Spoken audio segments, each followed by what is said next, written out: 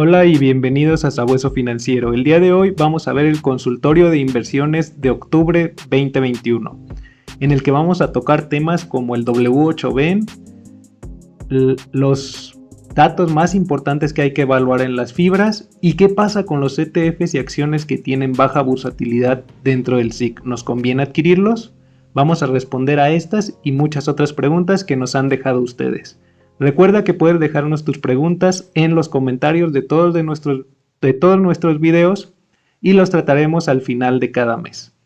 También comentarte la idea, y quiero que me ayudes ahí dejándome en los comentarios tu opinión, de crear un curso sobre inversiones, pero yendo un poquito más allá sobre la construcción del portafolio de inversión, qué cuestiones tomar en cuenta. Déjame saber qué te parecería esta idea. Y si te gusta nuestro contenido, dale like y compártelo con quien creas que le sea de utilidad. Y no olvides suscribirte y activar la campanita de notificaciones. Muy bien, antes que nada, el aviso legal, no hay que tomar nada de esto como recomendación de compra o venta de los instrumentos que se mencione. Las decisiones de inversión siempre son tuyas. Muy bien. En el consultorio pasado comentábamos un poco sobre el W8B. Bueno, y nos dejan esta pregunta Brenda. Un poco más de información acerca del W8B, como por ejemplo, ¿qué pasa con aquellos dividendos que no superan los $75 para la adquisición del formato? ¿Tengo que pagar el 30% en Estados Unidos? Bueno, recordando un poquito, el W8B es un formato que establece Estados Unidos para identificar a los extranjeros que invierten en acciones americanas registradas en el SIC. Dígase, para nosotros mexicanos saber que vivimos en México y que estamos adquiriendo acciones o ETFs de empresas de Estados Unidos. ¿Cuál es el objetivo? El objetivo es disminuir la tasa de retención por los dividendos y o rendimiento que pagan estas emisoras, que sea del 10% en lugar del 30%. Si no tenemos el formato W8B, pues vamos a tener que pagar el 30% de impuestos en Estados Unidos más el 10% en México. Si tenemos el W8B, vamos a pagar el 10% en Estados Unidos más el 10% en México, lo cual pues reduce drásticamente la cuestión de los impuestos. Pero ¿qué sucede? GBM, por ejemplo, aunque la parte de trading Estados Unidos, pues ya tiene el W8B gratis, deberían, desde mi punto de vista, de aplicarlo también para GBM gratis, ya que Bursanet, por ejemplo, sí lo ofrece gratis. Pero bueno, GBM cobra $75. ¿Qué sucede? Bueno, realmente habría dos opciones aquí. Si no tienes el formato, pues estás pagando el 30%, ¿verdad? Pero si cuando nos conviene adquirir el formato, pues cuando en dividendos por lo menos estemos obteniendo más de los $75 al año. Entonces, ¿cuál sería otra opción? Pues invertir a través a lo mejor de Bursanet en los ETFs o acciones que paguen dividendos. Esa sería una opción. Si no, yo tampoco le veo caso si está recibiendo menos de los $75 en dividendo, pues no vale la pena pagar el W8B en GBM. Ese sería un poquito el tema sobre el W8B. De hecho, Antonio también nos comentaba un poco más de información sobre el formato W8B. Nos dice excelente video, muchas gracias. Muchas gracias a todos por su apoyo. De hecho, el canal está creciendo de manera espectacular gracias a ustedes. Muy bien, la siguiente pregunta. ¿La inversión en bienes inmuebles seguirá siendo una buena inversión en el futuro? ¿Será factible una caída importante de las bolsas del mundo, como lo anuncian algunos inversionistas? Y esta pregunta nos la deja Rubén. Bueno, la primera parte. Mi opinión, y es mi opinión, la inversión en bienes raíces, a mí me parece que pues sí va a seguir siendo buena opción en el futuro, porque mientras existan los humanos, pues vamos a necesitar dónde vivir, dónde hacer muchas cosas, o sea, incluido, por ejemplo, el metaverso que se está viendo ahorita, que estamos migrando a eso, estilo la película de Ready Player One.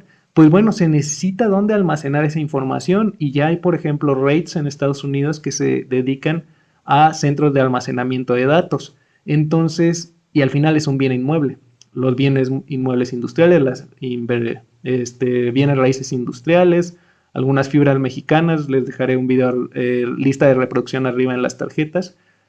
Pues están teniendo mucho auge porque se necesita dónde almacenar ciertos productos mientras se envían al destino final, ¿verdad? Entonces, desde mi opinión, sí. Y ahorita vamos a tocar un poquito más, por ejemplo, sobre las fibras en otras preguntas. ¿Será una caída importante de las bolsas? La siguiente pregunta. Yo creo que totalmente, sí. ¿Cuándo? Ese es el problema. Nadie lo sabemos. La bolsa va a fluctuar. De hecho, estaba escuchando un podcast donde mencionan que, por ejemplo, hay un perrito que sale con su dueño o un dueño que sale con su perrito y a caminar, y lo hacía en Nueva York, pasando por Central Park, de ahí al Museo de Historia Natural y a otros lugares que estaban ahí. Pero es impredecible saber hacia dónde va a ir el perrito a olfatear, a saludar a otro perrito, regresar a ver a su amo. Todo esto es imposible de saber, por lo que al final probablemente, y mientras el mundo siga bien, pues la tendencia de las bolsas va a ser alcista, con sus altibajos en el intermedio. Entonces, sí es factible una caída importante. ¿Cuándo? ¿Quién sabe? Puede ser en un mes, en un día, en 10 años. Nadie lo sabemos. Y es importante crear una cartera preparada para todo eso. De hecho, esa sería la idea de crear a lo mejor el curso para ver un poquito esto más a fondo. Muy bien. ¿Sabes si existe algún ETF de alimentos de empresas dedicadas a esto? Sí, Arturo, existen dos ETFs, uno de ellos es PBJ y el otro no recuerdo el ticker, pero sí son de empresas de alimentos como tal.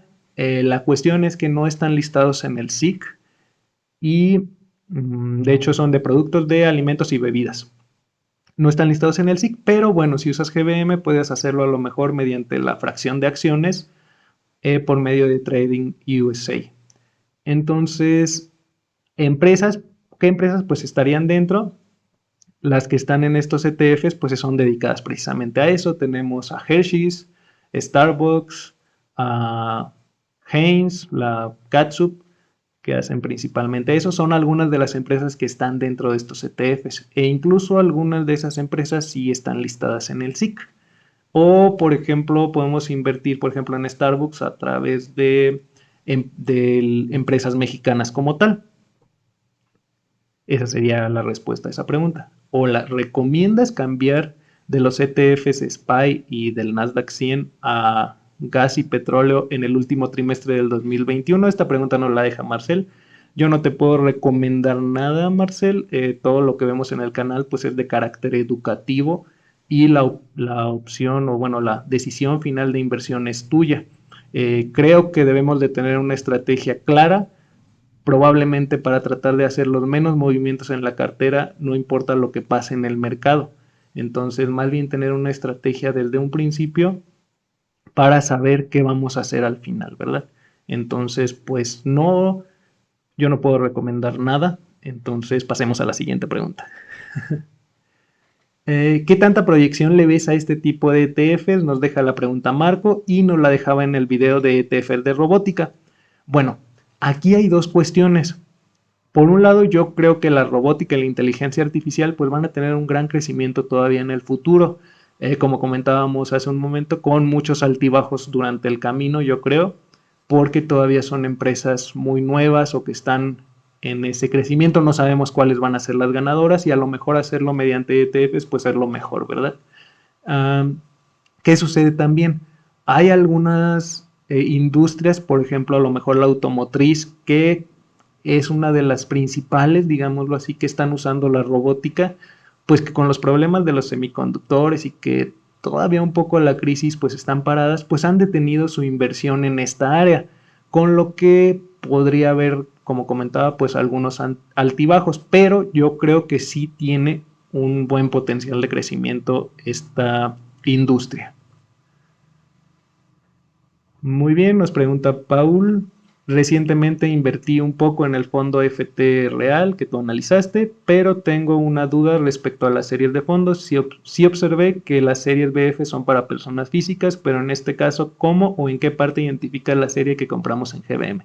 Bueno, generalmente sí GBM nos va a ofrecer, siendo personas físicas como nos registramos, pues ya la serie que es para esto.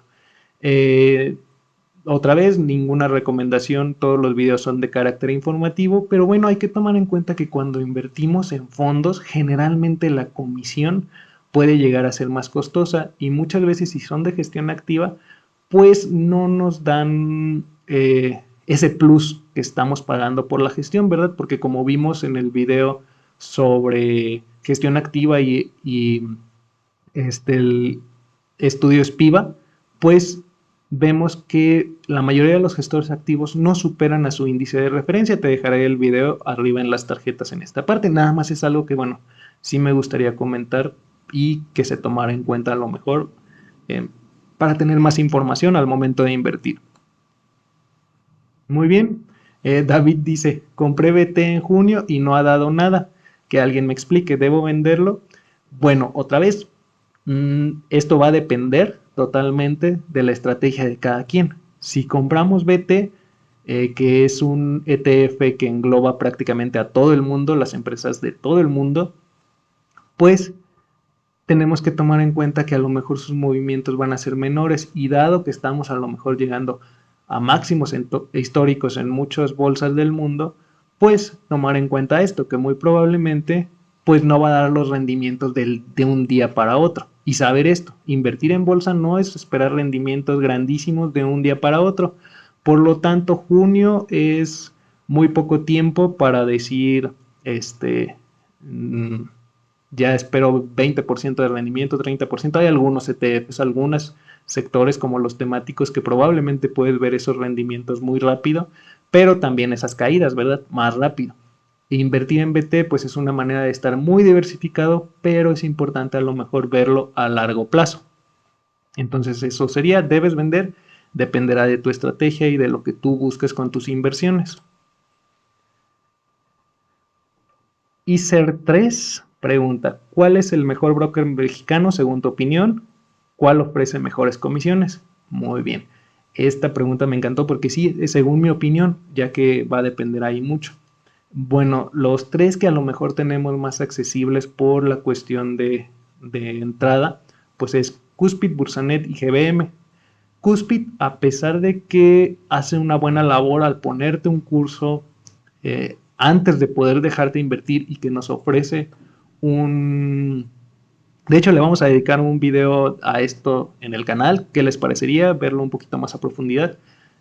Nos ofrece un portafolio virtual, pues sus comisiones son un poco mayores, de 0.40 compra-venta de valores, mientras que GBM y Bursalnet nos cobran 0.25 y bueno, dependiendo de la cantidad puede bajar hasta 0.10%. ¿Cuál a mí me parece mejor? Bueno, GBM ha tenido algunas intermitencias en su servicio últimamente. De hecho, de eso hablaremos también en un video del curso de la diversificación, no solamente en valores, sino en otras situaciones. ¿Y qué sucede? A lo mejor, pues GBM y Bursanet están a la par. GBM me parece que tiene una plataforma un poquito más agradable de usar y en lo general a mí me han respondido bien cuando he tenido dudas. Bursanet tardaron y todavía de hecho ni siquiera la he terminado de abrir la cuenta, estoy por abrirla, sí la voy a abrir, ya lo usé por el Retoctinver, por varios que participé ya en ocasiones pasadas. Y pues bueno, también al final no necesitamos que sea la súper agradable, sino ver mucho las comisiones. Bursanet nos ofrece el W8B gratis. Ahí para mí tendría un punto más Bursanet porque nos cobra las mismas comisiones que GBM, pero a mí en lo personal pues no tuve una buena experiencia abriendo la cuenta más de 6 meses. Entonces como que ya no te quedan tantas ganas de abrirla, porque si eso tardaron para abrirte una cuenta, ahora para resolverte un problema, no me quiero imaginar. Entonces, esa es mi opinión y mi experiencia con los brokers. Entonces, a lo mejor, aunque esté pagando eso de impuesto en Estados Unidos por no tener el W8B, pues en lo personal me quedaría con GBM, pero Bursanet, y si voy a abrir la cuenta, también lo voy a utilizar porque pues, ofrece el W8B gratis y al final es una muy buena opción en cuanto a comisiones. Ernesto nos dice, buen análisis, pero ¿qué implicaciones y obligaciones nos dan los ETFs de acuerdo a su domiciliación? Esto nos lo dejaba en los ETFs de acumulación, te dejaré el video arriba en las tarjetas, que estos generalmente están domiciliados o su sede es en Irlanda. ¿Qué sucede? Según la investigación que hice, y si alguien nos puede apoyar más dejando sus comentarios sobre lo que sepan abajo, al tener domiciliación en Irlanda, no cobra ningún tipo de comisión para extranjeros que invierten a través de estos ETFs, por lo que en teoría no tendríamos que pagar ningún impuesto en Irlanda, solamente el 10% que nos cobran aquí en México por la ganancia de capital. Ese es el conocimiento que yo tengo. Si alguien tiene algún dato diferente, les agradecería dejárnoslo en los comentarios. Muy bien, ¿podrías comentar tu opinión al respecto de cómo protegerse mediante ETFs ante la inflación y una posible estanflación? Gracias. Joshua nos comenta esto. Bueno, otra vez, todo es mi opinión, ¿verdad? Como nos comenta Joshua. Entonces, mi opinión, ¿qué opciones tenemos para protegernos mediante ETFs de la inflación? Bueno, que podemos hacerlo con UDIbonos, que te dejaré un video arriba en las tarjetas sobre ya analizamos ETFs de UDIbonos o de renta fija y los UDIbonos como tal. Esta sería una opción, hacerlo mediante ETFs protegidos de la inflación tanto de México como de Estados Unidos. También tenemos un video sobre ETFs protegidos de la inflación.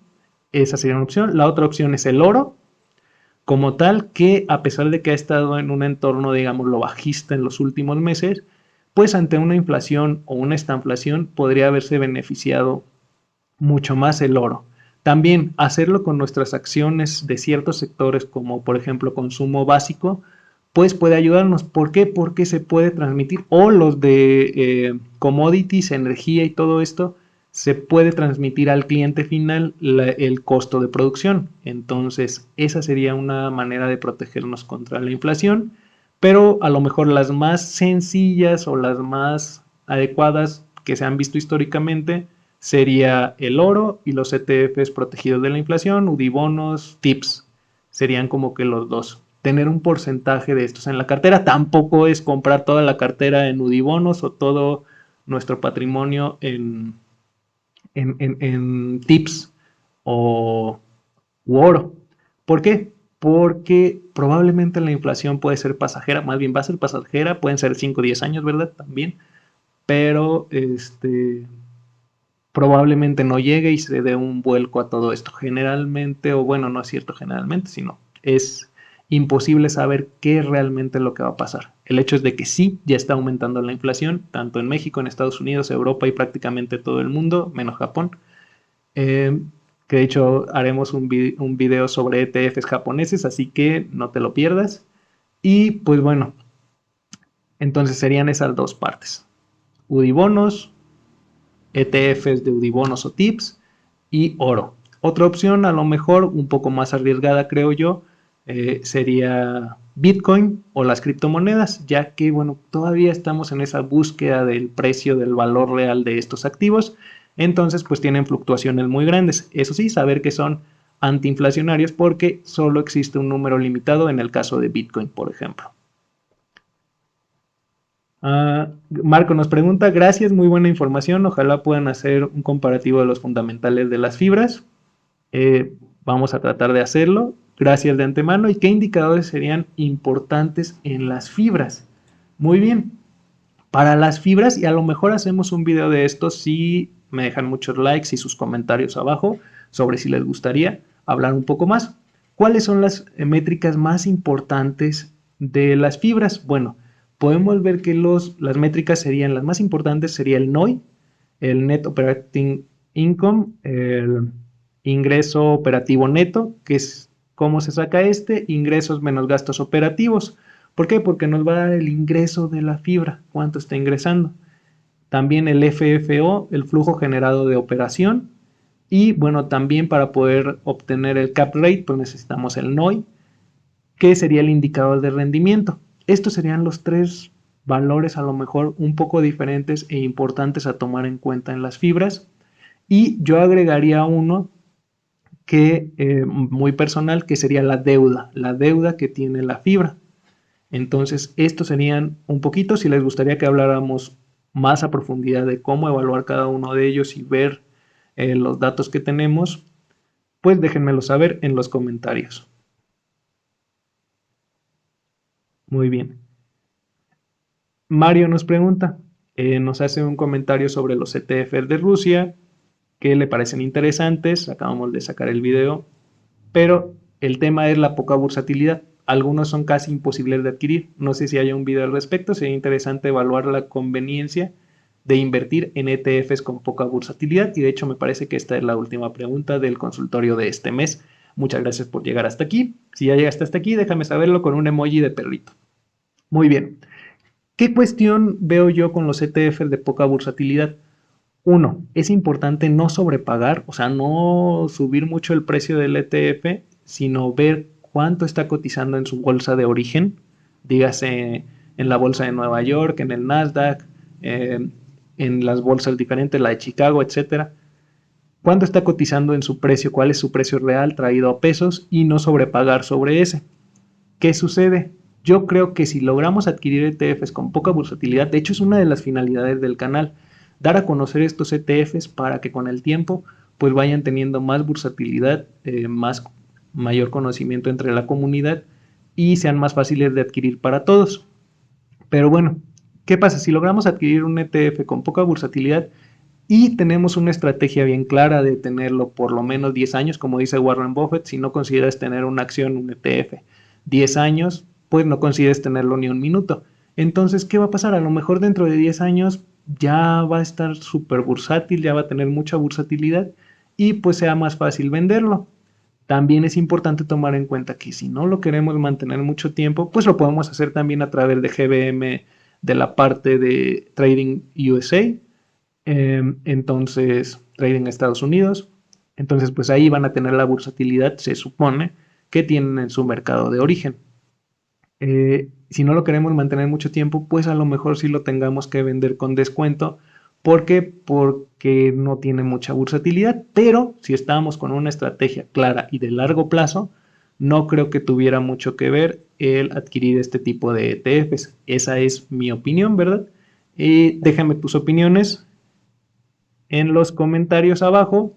Y hasta aquí el video de hoy, el consultorio bursátil. No olvides dejarnos todas tus preguntas y trataremos de responderlas tanto en los comentarios como al final del mes en el video del consultorio.